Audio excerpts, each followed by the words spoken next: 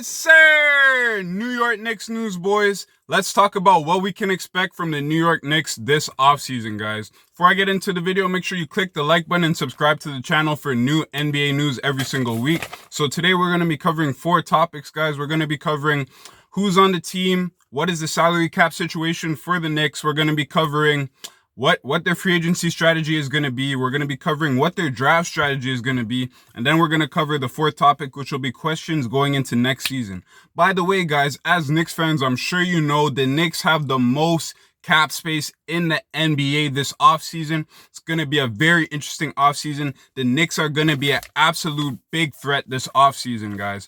Of course, the Knicks are cursed, so obviously the season where the Knicks have the most cap space, there's hardly any stars available. And last time the Knicks had the cap space, they thought they were going to get Kyrie and KD. These guys snaked them and went to the Nets, but it is what it is. That's just what it's like when you're a Knicks fan, I guess. So let's talk about topic number 1.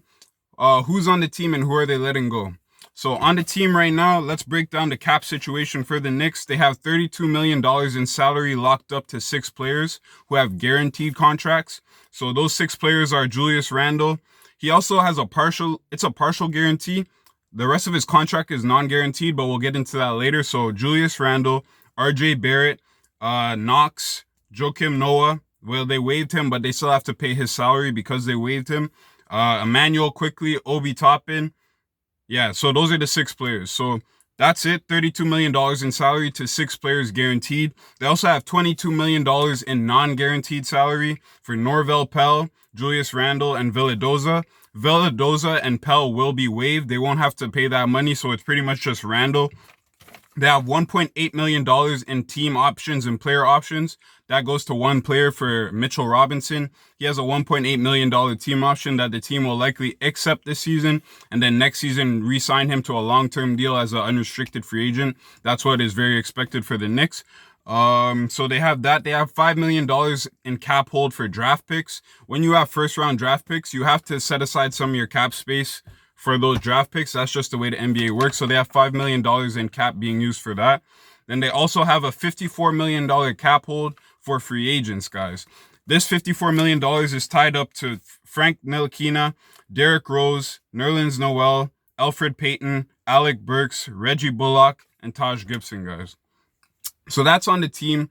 That's what the salary is looking like for the Knicks. Let's get into some salary cap situations, how much salary cap space the Knicks could be working with, and what their free agency strategy is going to be. Okay, so as I told you guys, who's on the team? If the Knicks were to renounce all of those players and just keep the guaranteed salaries and Randle's guaranteed salary, so that would only be Randle, RJ, Kevin Knox, Joakim Noah's salary, Emmanuel Quickly, and Toppin. If they renounce everyone else, they would have $62 million in cap space.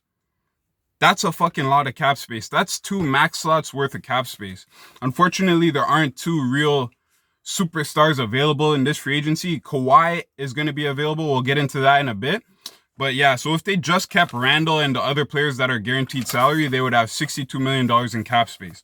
If the Knicks decide to keep Randle, Robinson, and their cap hold for the draft picks, as well as the other 5 players that I mentioned in the guaranteed salary, that would leave them with $52 million in cap space. If they decided to add Derrick Rose and Nerlens Noel to that mix, that would leave the Knicks with $38 million in cap space. So 3 different situations where the Knicks can either have $62 million, $52 million, or $38 million. I'm going to say that the $38 million is most likely because there aren't too many superstar free agents available. So it's very likely that the Knicks will bring back Randle, bring back Robinson, bring back Rose, and bring back Noel. The ones they're going to let go, the Knicks are probably going to let go of Frankie Smoke. See ya, Frank Ntilikina. They're going to let go of Elfrid Payton. See ya, Payton, bro. Alec Burks, they're probably going to let him go too. They might bring him back, but it's very likely they let him go. Reggie Bullock, they're going to let him go and replace him in the draft with someone much better and younger. And Taj Gibson, there's a chance that the Knicks will keep him just because of Tibbs. Tibbs has such a large influence on this team, and Taj Gibson is a Tibbs guy, so I wouldn't be surprised if he came back. So now that we understand how much cap space that the Knicks have, guys, and they have the potential to have 2 max slots or 1 max slot, I'm going to tell you guys who are the top 5 targets in no order that I think the Knicks should be targeting this free agency. Let me know in the comments who you guys want to see the Knicks target this free agency. I'm going to tell you my 5. I would like to see the Knicks target Kawhi Leonard. I would like to see the Nuggets. I would like to see the Knicks target Kyle Lowry, Lonzo Ball, Spencer Dinwiddie, or Chris Paul. So those are the 5 people I would like to see the Knicks target, because the main needs for the Knicks right now, they need to upgrade at the starting point guard. Elfrid Payton, you're out of here. We need to upgrade. Derrick Rose is a perfect backup point guard, has one of the best floater games in the NBA. His 3-point percentage has improved, so we're set on that. We also have Emmanuel Quickley. Him and Derrick Rose can share the point guard, shooting guard minutes off the bench. So then what they need is a starting point guard to upgrade over Payton and a 3-point shooting wing to replace Reggie Bullock in the starting lineup. So then you could have a starting lineup of potentially CP3 or Kyle Lowry, RJ Barrett, Kawhi Leonard, Julius Randle, and then Mitchell Robinson at the 5. This is not likely. This is highly unlikely, but I'm saying this is the potential the Knicks have because of the situation they put themselves in. So it's a very positive future for the Knicks. The future looks bright. They got a good young core, and they have the cap space to surround this young core with pieces that they can grow with. So that's the free agency strategy. I would like to see the Knicks target a point guard or a wing, a 3-point shooting wing. Those are 2 places they need to upgrade the most. Center, they're fine with Mitchell Robinson, Taj Gibson, and Nerlens Noel. So I don't really worry about the center too much. Power forward, we have Julius Randle and Toppin already. That's solid. We got RJ Barrett at the shooting guard. That's solid. So I'm not really too worried about shooting guard. It's mainly the small forward and the point guard. Now we're going to move on to the Knicks draft strategy, topic 3 of 4. And the Knicks are going to have 4 picks in this draft. Shout out to Dallas for making that dumbass trade and taking Porzingis. You guys are losers. I'm just kidding, guys. I know we have a lot of Mavericks fans on this channel, but Porzingis is ass right now, bro. He has to rebuild his value. Knicks fans are laughing at you. It is what it is, guys. So the Knicks have 4 picks in this draft. They have pick number 19, 21, 32, and 58. So what I would like to see the Knicks do in this draft, in previous drafts, we've seen the Knicks try to target guys with high upside, who, like, pretty much they're just taking a chance. They're like, maybe this guy will be good. He has high potential. Like guys like Kevin Knox, for example, they drafted a really young guy in Kevin Knox. He had a high ceiling potential, but unfortunately, he just hasn't reached that potential. The team wasn't as good then, so it made sense to try and draft a guy with high potential because you didn't really have much on the Knicks at that point in time. Now the Knicks are actually a solid team. They had the top 4 seed in the East this year. So what they need to do in the draft is not target guys that have low floors and high ceilings, but instead target guys that have high ceilings, upperclassmen, NCAA veterans, college veterans, maybe even international players.